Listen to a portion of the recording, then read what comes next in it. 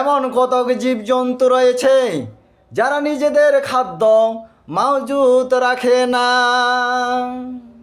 আল কোরআনুল কারিমের 29 নম্বর সূরা সূরাতুল আনকাবুতের 60 নম্বর আয়াতে আল্লাহ তাবারাক ওয়া তাআলা বলেন, আল্লাহু ইয়ারযুকুহা ওয়া ইয়াকুম, আল্লাহই তোমাদের রিজিক দান করেন, তাদেরকে ও তোমাদেরকে।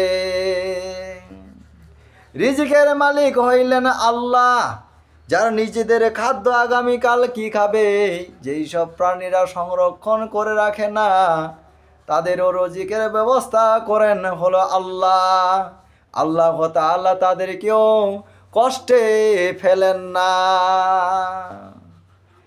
প্রতিদিনের খাদ্য যাতে তারা পেতে পারে সেই ব্যবস্থাও তিনি করে রেখেছেন।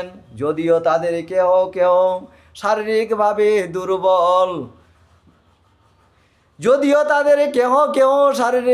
দুর্বল, তিনি প্রত্যেকের জন্য পরিমিতভাবে খাদ্য যোগান দিয়ে থাকেন। আমার ভাইয়েরা ও আমার বন্ধুরা, আল্লাহ রাব্বুল আলামিন প্রত্যেকটি প্রাণী, প্রত্যেকটি জীব, প্রত্যেকটি জন্তু, প্রত্যেকটি ক্ষুদ্র ক্ষুদ্র প্রাণীরও রিজিকের ব্যবস্থা করে রেখেছেন। এমনকি মাটির গর্তে অবস্থানরত পিপিলিকা, আকাশে উড়ে বেড়ানো পাখি,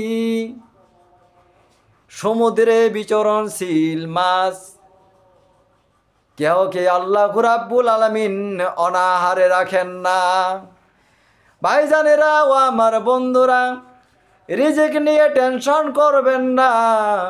রিজিকের মালিক হইলেন আল্লাহ। আল্লাহর উপর তাওয়াক্কুল করুন, আল্লাহর ইবাদত নিয়মিতভাবে করুন, আল্লাহর কাছে চান, আল্লাহ আপনার রিজিকের ব্যবস্থা করবে।